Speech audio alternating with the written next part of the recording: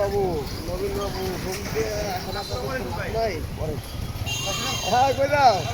গাড়িটা ভিডিও করে বলেছি।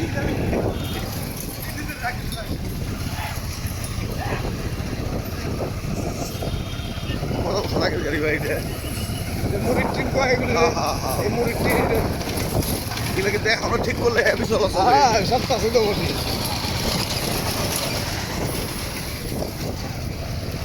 মুড়ির ট্রিপ আগে করতে এটা আছে তো কয়েকটা আছে তো।